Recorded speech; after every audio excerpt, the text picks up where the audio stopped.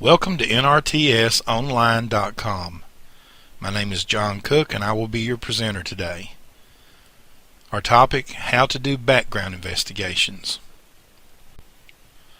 We're going to look at 4 areas of discussion today. Number 1, basic background investigations. How to do them and why to do them. Number 2, we're going to talk about in-depth background investigations. In number 3, we're going to discuss pre-employment background investigations and how they differ from investigative backgrounds.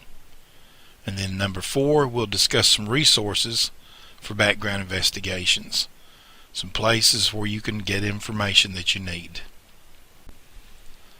Why offer background checks?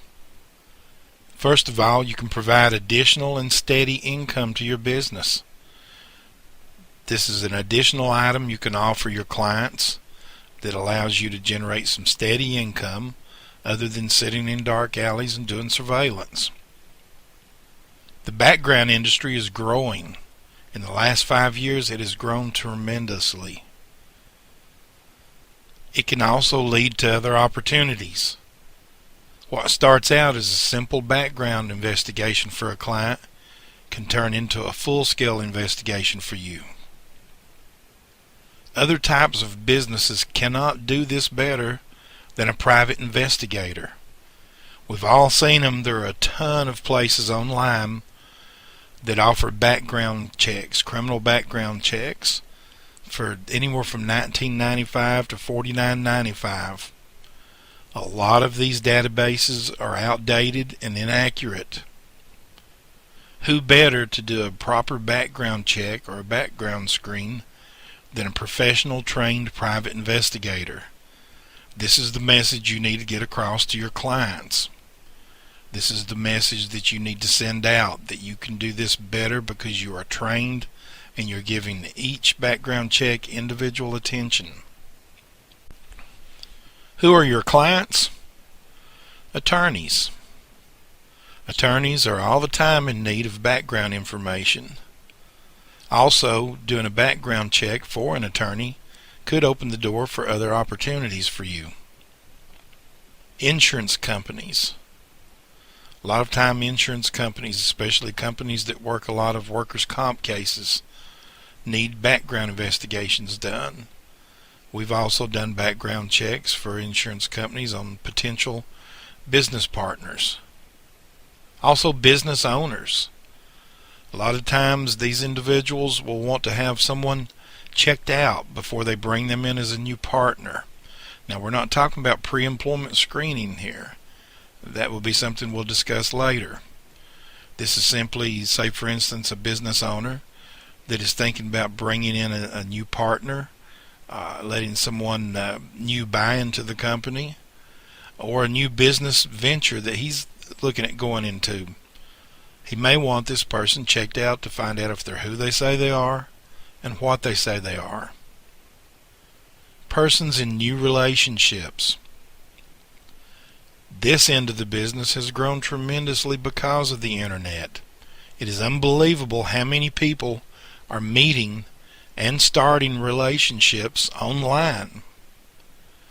A lot of these people end up in bad situations, and it is becoming more and more that today individuals will have another person checked out by a professional before they proceed any further with this relationship, especially when they're dealing with people they may have never met.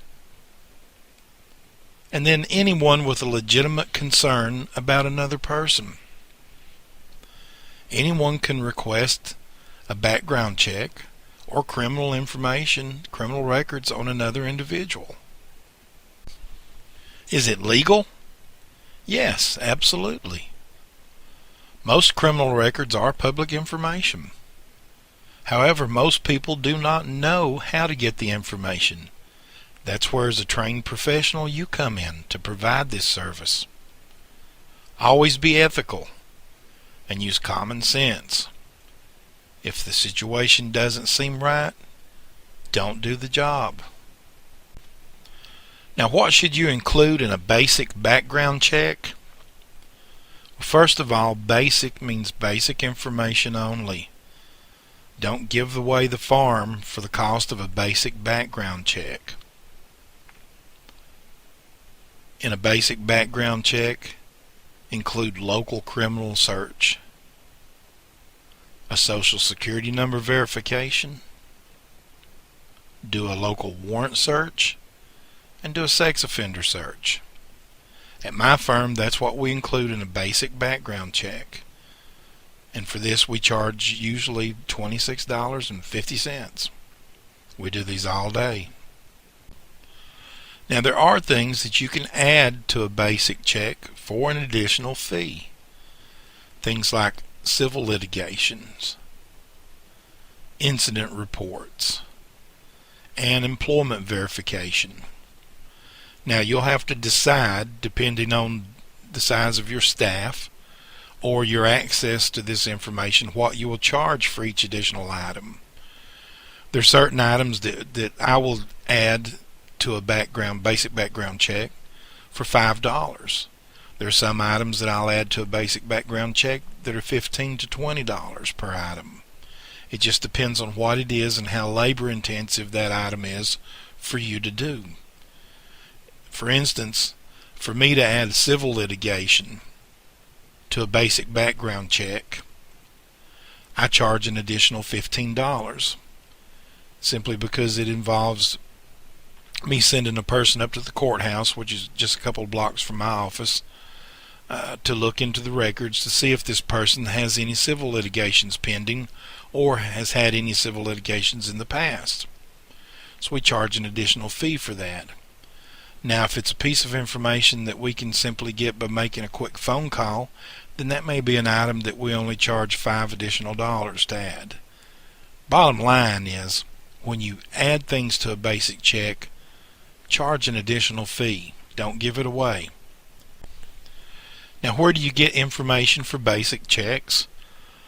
You can get this information at the local courthouses, especially for the civil records and criminal records. Also, the sheriff's office, local jail, your local social security office, and then some online services such as Locate Plus.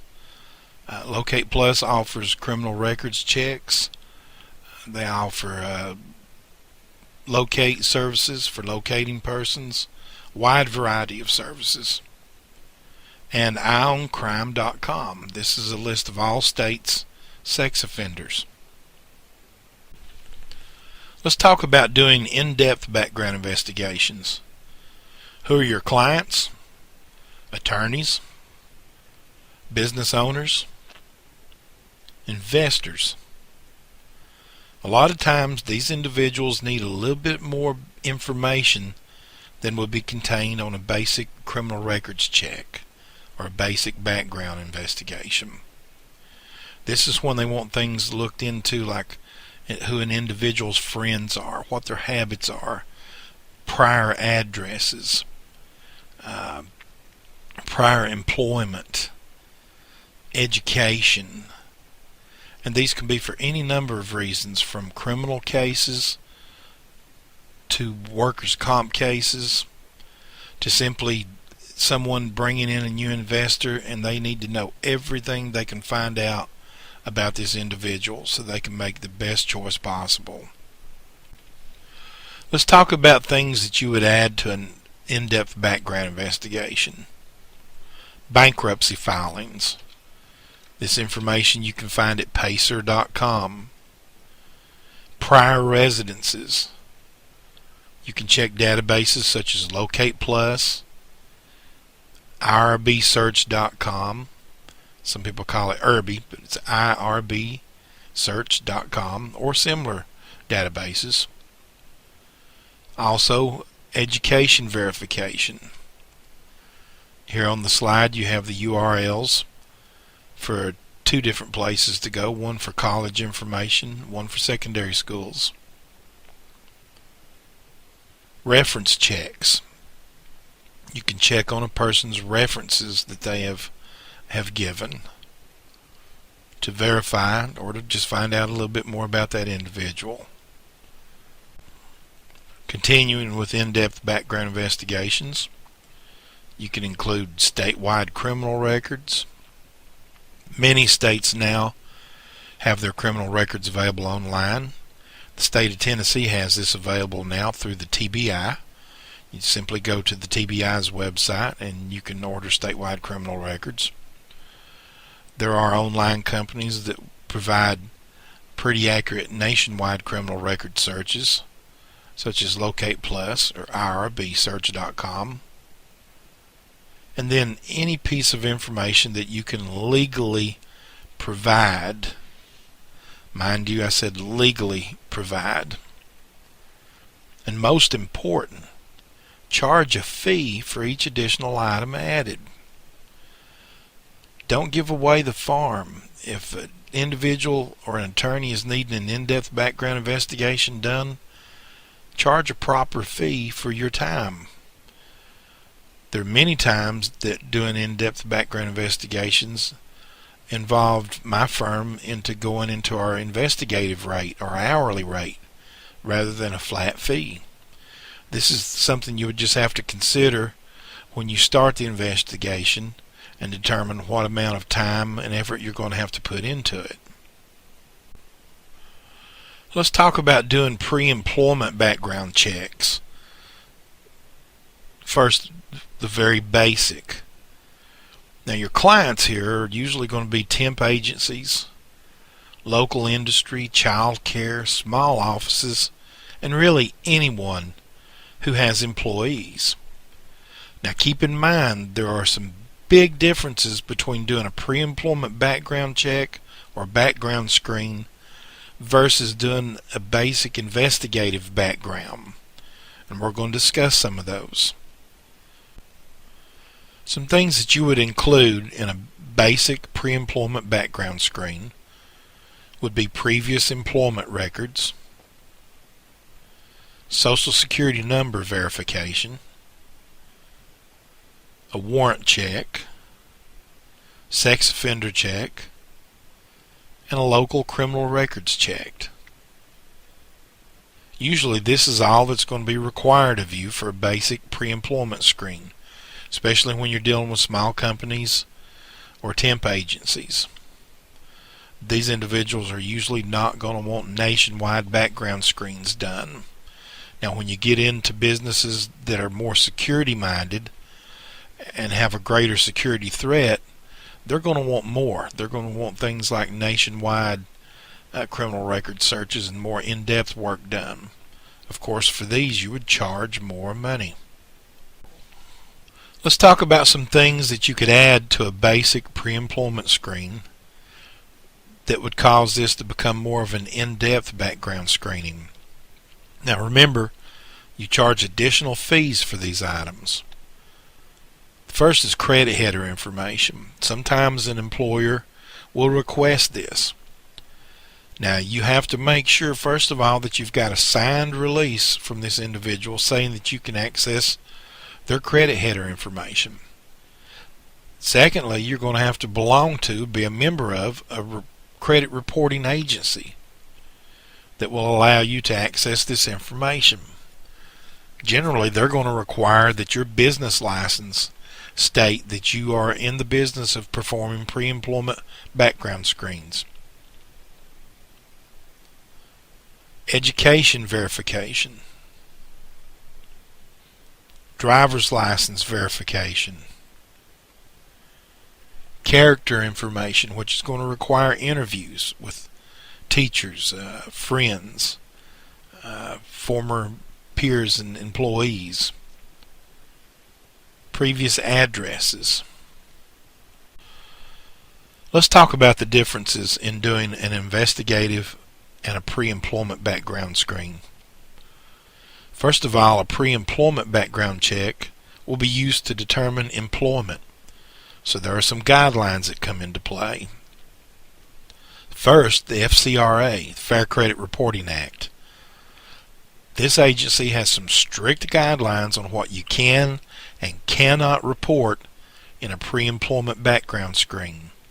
So you need to follow this to the letter. Criminal records, In a pre-employment background check, you're dealing with felony convictions, whereas in a basic background check for investigative purposes only, you can include things like arrest, prior arrest, civil litigations, and other items. Also, a signed release is required.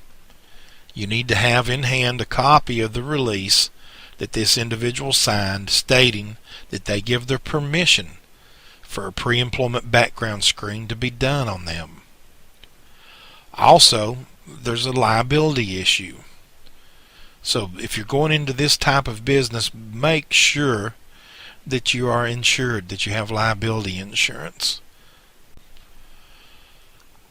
Now, in doing pre-employment screening or investigative background screening, there are always some red flags to look for. These warnings should make you look a little deeper. If you find gaps in employment history, say there's a 3 or 4 year gap in someone's employment history, what does this mean? It can mean the individual was in jail or prison during that time. It could also mean they were in the military and out of the country. Gaps in residency. Additional Social Security numbers. We've run into situations where an individual has had up to 3 Social Security numbers. A variation in their name. When you're doing records checks or you're doing searches on Locate Plus or irbsearch.com, any type of database, and you start noticing variations in their name.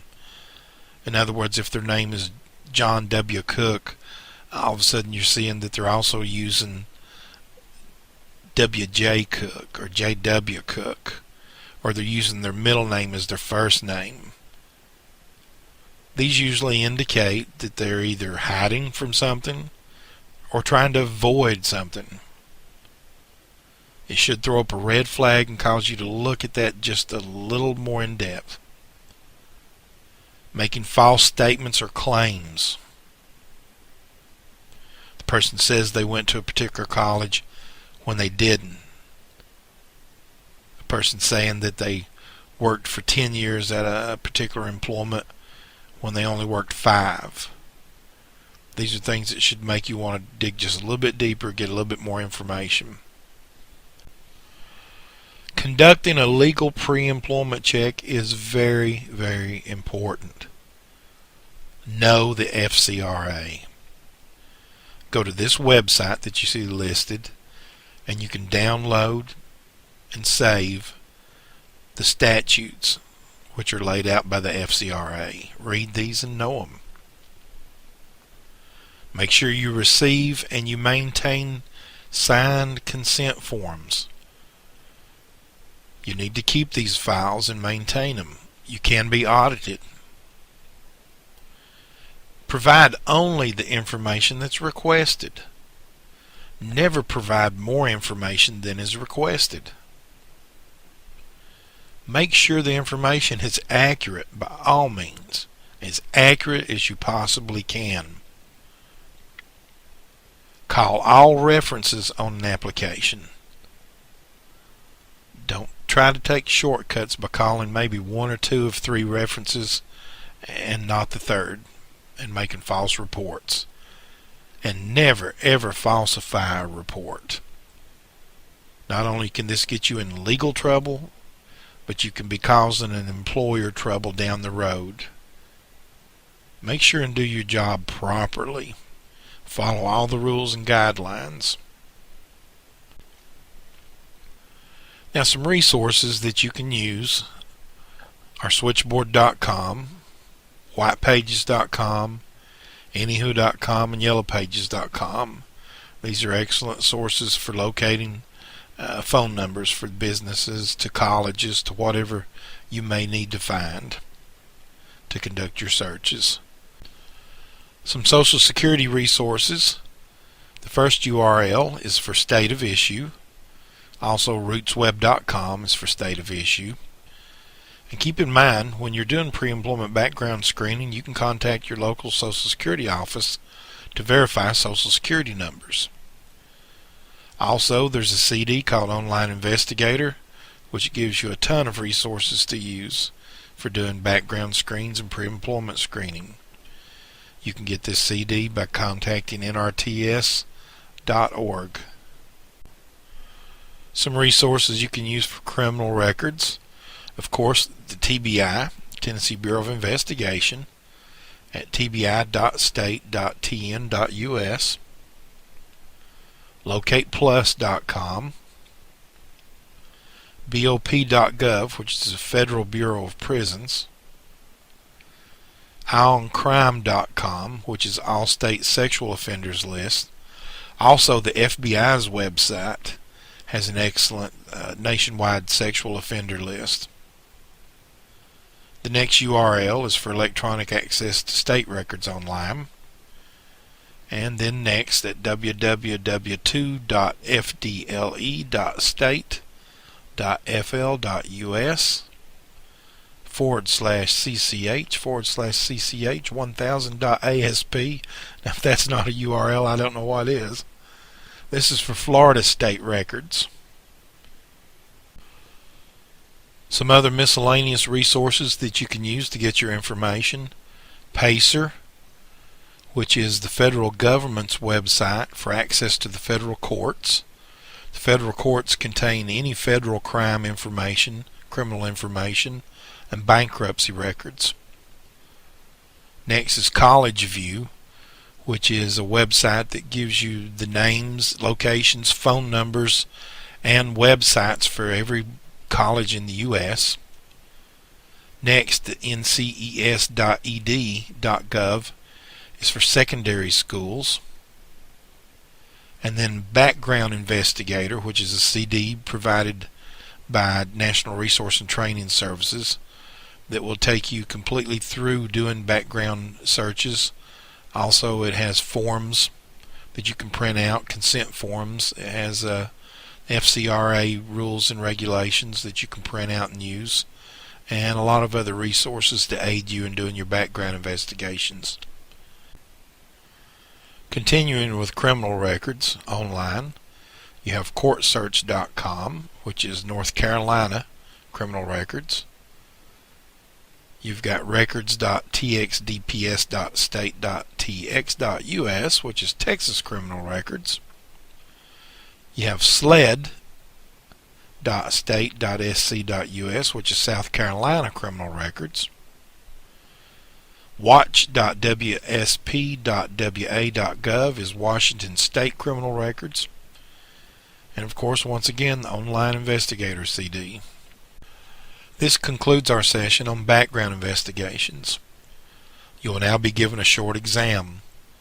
The results will be reported to you immediately and will also be reported to National Resource and Training Services, who in turn will report the results to the state agency responsible for your continuing education credits. You will also be provided a certificate of completion. Thank you for attending NRTSonline.com.